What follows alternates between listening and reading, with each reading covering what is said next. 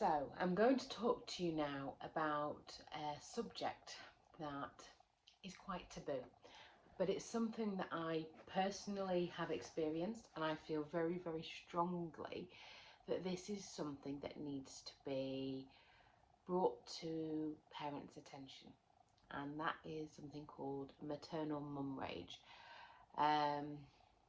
You may or you may not have experienced it. If you have, you probably feel like I've felt in the past, incredibly frustrated at yourself, angry that somehow you haven't been able to control your own emotions, that you should be the parent, that you're not allowed to be this way, and really, really guilty. But at the same time, there is a reason why these things happen.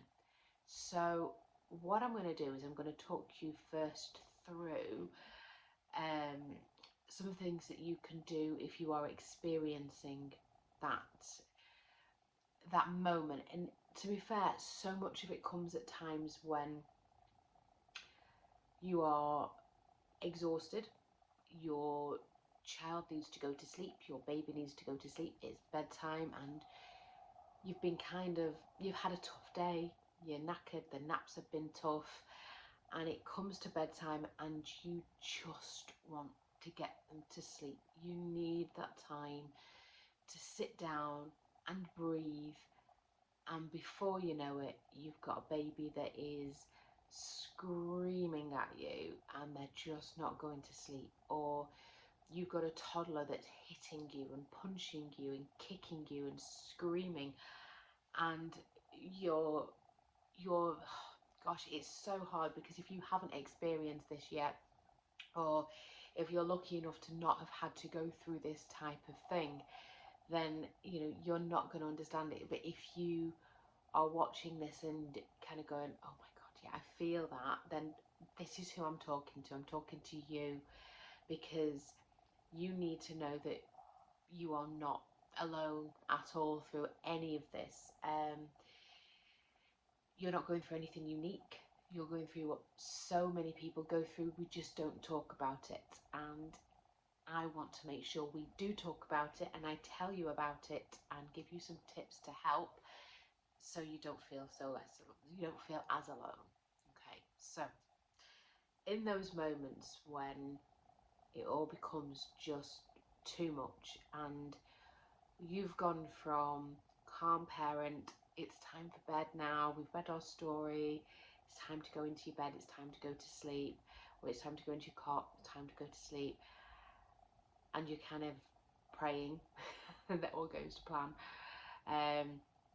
and you put them down and they go absolutely berserk at you, and you're doing absolutely everything, and you're doing all this, I'm trying to stay calm, and then before you know it, you're shouting at them to just go to sleep. And yeah, you feel like you need to punch a wall or something like that, which one of my clients did and broke a hand. So you're not on your own in how you're feeling in this frustration, where you become frightened of what you may do. And when I'm putting this video in all of my courses, because I think it's something that you all need to know, that it's a possibility, and to be prepared, and that if you are in the midst of it at the moment, that it can happen at any age, because that you are, especially if you're going to get into that 6 months plus stage now, and you've been thinking it's going to get better and it's not getting any better, and you've gone 6, 7, 8 months and you've just not slept, and why you've just been sitting there rocking this baby that's just not going to sleep, and they're up for 2 hours in the middle of the night, and there's just nothing left. Or if you've got that 3-year-old that's just pushing those boundaries now and it's just too much, every single one of you at your stage needs to know that these things happen, and you aren't alone in that. Actually, you know what? There is help available. You've just got to ask for it. So in those moments, make sure your baby is safe and walk away. Make sure your child is safe and walk away. Take some deep breaths. And I kind of like to do that in for 4 through your nose and out for 7 through your mouth. And while you're doing this, just as hard as it is, blank off the stuff that's going on and just concentrate on that. Think about how small your little one's hands are. And when you do go back in, maybe have a look at them, you know, just feel them and realize actually they're tiny. And your little one is absolutely helpless. And if they are in this kind of state, it's normally for a reason, because they're massively overtired or they're really dysregulated. And it's really hard to kind of pull back from that. So these are just a few of the things that I can suggest that in that moment to try and do to recalm yourself. You've got to center yourself, and if you stay in that moment where the screaming's coming at you and you're kind of meeting it back, nobody's going to win. Your baby's not going to go to sleep in this moment. You're not going to calm down in this moment. It's just going to get worse. So make sure they're safe and step away, calm down, visualize and think, what can I possibly do in this moment that's going to help them? Because I can help me once they're asleep. I can deal with that. And actually, do you know what? Even if it's half an hour, what it takes me half an hour right now to get them to go to sleep, and it's in my arms or whatever it might be, even if it takes that, I've got some time after that to walk away and do something for me. But right now, my job is to get this baby to go to sleep. So when you go back in, be calm, change your tone, because they need to realise that actually the whole thing has just completely changed. The environment, you're calmer, you've gone in, and pick them up and give them a cuddle if you can. If they're a bit older, you might be standing outside the door and saying, are you feeling calmer? Are you ready for mummy to come in and give you a cuddle? Because again, you might need that permission. They might need that space themselves to kind of let it out and calm down. And it might be that that separation is helping both of you in that moment to just reground yourself, to then go into this and say, right, okay, how are we going to meet in the middle? But sometimes asking that permission, saying, are you ready for mummy to give you a cuddle? I'd love to give you a cuddle. And go in at that and just hold them and let them just sink into you, and breathe and do your deep breathing while they're on you. I know it's hard. I really know it's hard, especially because we're all really, really good at holding grudges. And if your little one has just hurt you or something, it's really hard to kind of go, ooh. But actually, do you know what? They're tiny. And just keep remembering this. Keep saying this to yourself, because it's tough.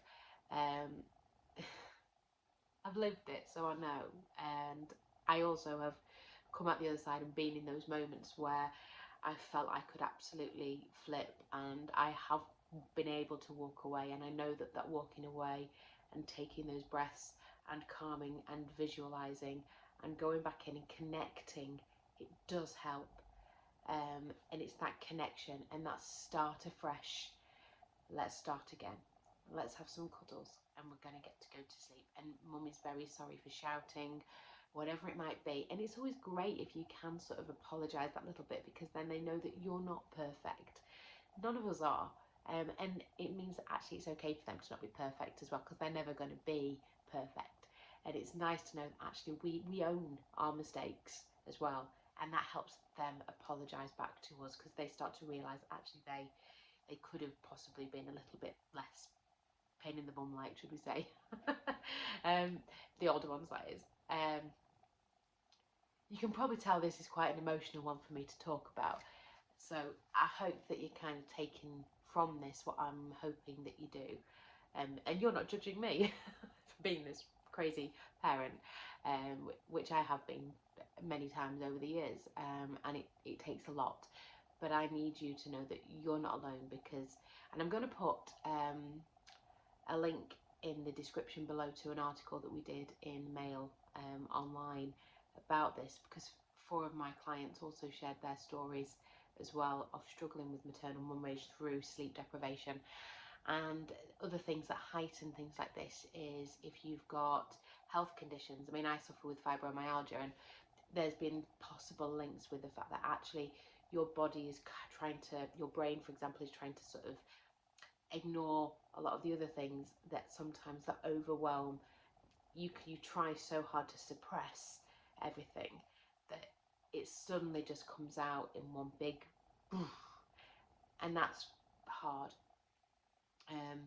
But yeah, but that's for a different day. That's a research that's ongoing. But if you're suffering yourself with some kind of chronic health condition, you can probably relate to that, and you'll probably start to notice things a little bit more. And this is where some of the things that you can do after the event can come in really helpful. So write it down. Write down how you are feeling. What were those triggers? What might you do again in the future if that happens? To lessen that, to calm that down. Did what you did in that moment work? Could that be something that you do again? If you weren't at the stage where you've done those things before, because actually you've just ended up biting at each other, you know, actually what sorts of things could you take forward to try next time? Because you will have that next time, because your child will still be dysregulated and still be overtired, and it's tough. And when we're sleep deprived ourselves, that's really hard to cope with, and I'll explain the whys in a minute. So some of the things to do is write it down and find out what your triggers might be. Try and get some time for yourself, a little bit of self-care. I know that's really hard, but if you've got a partner that's in the house, see if you can go for a walk for half an hour or something like that, just to clear your head, child-free obviously, but try and clear your head a little bit. Maybe phone a friend and have a good old natter about it. Somebody that you trust, because talking about it's so important as well. So if there's somebody that you can talk about this problem to, that will understand and not judge, because that's the thing, we don't tell anybody because it is such a taboo subject, and we all have this fear going through our heads. What if they take my child away? If I admit that I'm struggling, if I admit that I'm finding this hard, will they take my child away? So find somebody that you really trust, that you can confide in, and speak to them. Speak to your GP, because you're not on your own. This is how I ended up getting into all of so many of the things that I've done. I did go to my GP at breaking point when my eldest was 2, nearly 3, and that was the start of me getting help.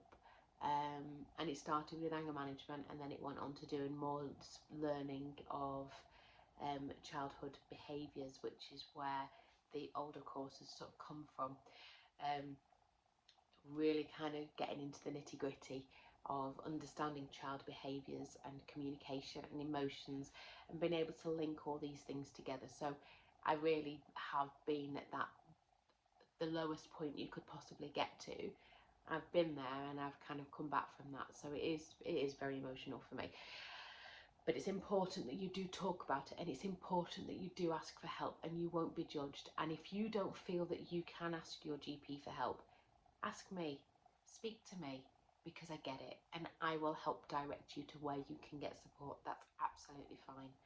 I'm not going to let any of you go through what I've gone through, feeling that you can't talk to somebody. Okay, so be completely open. So ask for help. Eat well. I know that's a really hard one, especially when you're knackered. We will just go straight to the chocolate because we need that sugar fix. But if you can eat well, that can help as well, especially with your immune system. And maybe basically before you go to sleep, if you eat foods that are helpful for going to sleep as well, that can really help. So bananas, cut the caffeine out if possible. And again, I know it's hard.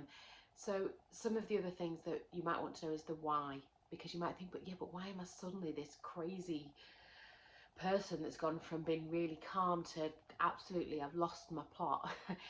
Sleep deprivation is genuinely a form of torture for a reason. And that really impairs our cognitive abilities. It really impairs our abilities to regulate our emotions. Now, if you look at a 2-3-year-old, and we talk about, even younger, we talk about them not being able to regulate. Well, it's exactly the same for us. Yes, okay, we're saying we need to help our little ones regulate when they're stressed, but who's helping us in that moment? If we're sleep deprived and our cortisol levels are higher, our stress levels are higher, we can't cope. We can't regulate ourselves. So we need to step away from that. We're the grown-up. We know that we can step away. The children don't know this. We know that we can step away, and that's the best thing that you can possibly do in those situations, as long as it's safe, like I say, for your little one. Or get someone to switch in with you and walk away. But it really impacts. It impacts your memory. It impacts your confidence as well, your concentration. It gives you poor decision making. And this is the problem in that moment when you are so sleep deprived and you've got making those poor decisions, because we make those poor decisions in these heats of the moment. And these are some of the things that can be really, really difficult, but this is to do with the fact we are absolutely knackered and we are so tired and we can't regulate. And this is when the overwhelm can become just too much, that this is when that mum rage really kicks in. And it's really hard, but sleep deprivation is a huge, huge trigger. And as much as sleep deprivation isn't so much a taboo subject anymore, and there's all these people kind of one-upmanships, you know, oh, I got less sleep than you last night. It's a problem, and it's a problem that we do need to look to try and fix, and improve for people, and understanding the whys, why it can be so hard for us to regulate, and knowing that we're not alone as well is really, really important. So please, please, if you are struggling, please ask for help, because you're not alone, and it's tough. It is really tough. There's nothing wrong with you. You're not a failure. Please don't feel people will judge you. I know all these things will be going through your head because they have done mine in the past. And none of us will ever be perfect. And to be fair, I think sometimes when it gets to that point where it's there, it's really hard to take that part away. It becomes quite sort of ingrained. So use these tools, write them down, come up with strategies for calming, and pass these strategies on to your little one as well. Teach them ways to calm down. Help them understand how to regulate their emotions as well. It is really hard, but there is help, and you don't have to do anything on your own. And yeah, I hope you found this particular section helpful. And if you aren't that mum and you've still stuck to the end, I hope you're not judging us, because it is hard and you never know when it's going to hit you. That's the thing. So if you are at the point where you're struggling, please know this video I have put into all 3 of my courses, so you can access that along with all the other bits of support as well. So you can get it whether you want the Passport to Parenthood course, which is the expectant parent through first 6 months, the 6 to 20 months course, which is really getting into that sleep stuff, getting your baby to sleep better for you. And then we've got the 20 months to 6 years, which, to be fair, when it comes to that maternal mum rage, that's the really tricky stage, when they start to push back, and that's helping understand what's going on, understanding those tantrums, those emotions, and communicating with them. And that's 20 months to 6 years. That's the toddler to child sleep and behaviour course. So you're more than welcome to head over to the website and have a look and get some support there. I'll see you later.